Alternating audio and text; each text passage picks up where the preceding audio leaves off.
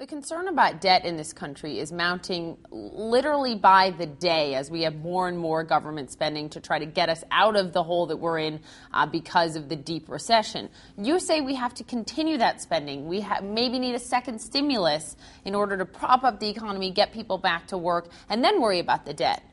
Why? Why is that the right goal here? We had a debate like this back in the Great Depression. Herbert Hoover was the president. Under the influence of financial markets, which had caused the problem in then and now, excessive speculation, bad risk management, brought the economy down. When the economy goes down, tax revenues go down, expenditures don't, and you wind up with a large deficit. This case is even worse because we had to bail out the banks to keep the system going.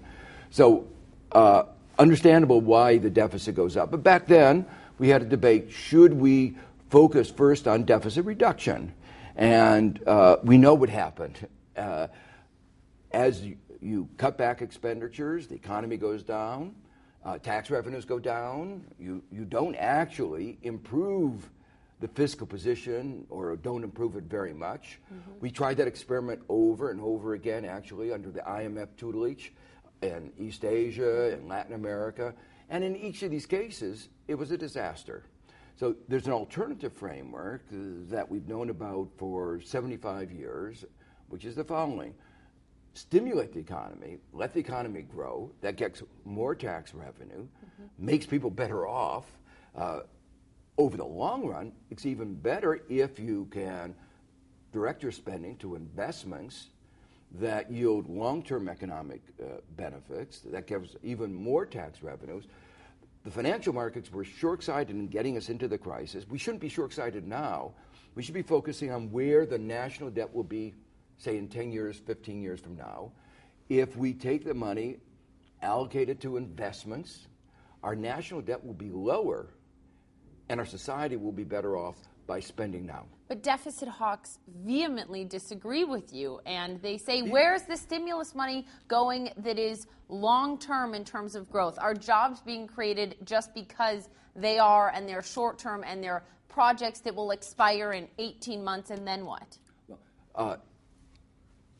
The part of the criticism is valid, that the stimulus was not as well designed, partly because it be more like China?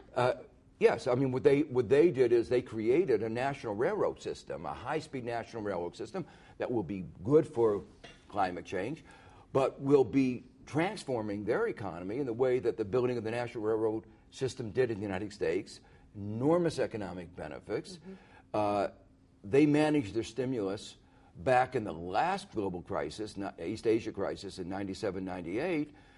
The result of that was that after they recovered, after the global economy recovered, they grew at 11, 12, 13%. It paid big dividends, and that was part of the reason why they were able to actually be in a very good fiscal position for addressing this crisis. $2 trillion in reserves. Sure. That was good deficit spending. I mean, it's interesting that the best student of modern economics should be China, whereas we're going back to failed economic theories of 75 years ago. A second stimulus, you'd like to see one. How could it be better this time around? Well, the several things that need to be done. First, it's important to keep the money flowing right into the system as fast as possible. And that means, for instance, money to the states. The states are having a $200 billion shortfall in their revenues. They have a balanced budget framework. If they don't get that money, they're going to have to cut back, including cutting back in education and making our country weaker for the future. What's wonderful about this kind of a policy is that you don't have to say how much you're going to spend ahead of time. If the economy is weak, as I think it's likely to be, you spend more. If the economy recovers, you spend less. A prime example of that, I think, is the state of Michigan. They've got the highest unemployment in the country.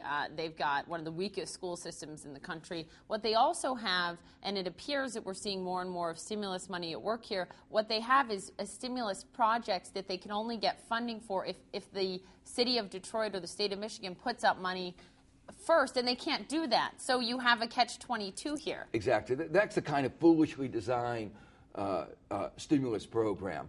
And so, we have to think, we ought to be learning from those lessons, and that's why the kind of program that I described is the kind of thing that we ought to be doing. Mm-hmm. Second thing we ought to be doing is focusing more on investments.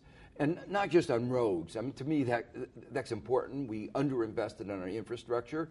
Had we spent a little bit more money on the levees in New Orleans, we would have saved a couple $100 billion. That was investments that would have yielded enormous returns. And lives. But it's not just in that kind of infrastructure.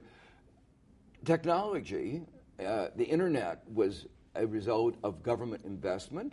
It spurred a whole huge amount of private sector investment based on that public spending. What's the next thing? Well, we haven't been doing the kind of investment that we ought to be doing. Our universities, research centers are cutting back because many of them are supported by, you might say, endowments. Mm-hmm. Those endowments have been demolished by the financial sector's mismanagement, and so they're cutting back. We should, it's just the wrong policy to allow that cutbacks. We ought to be investing more in our future.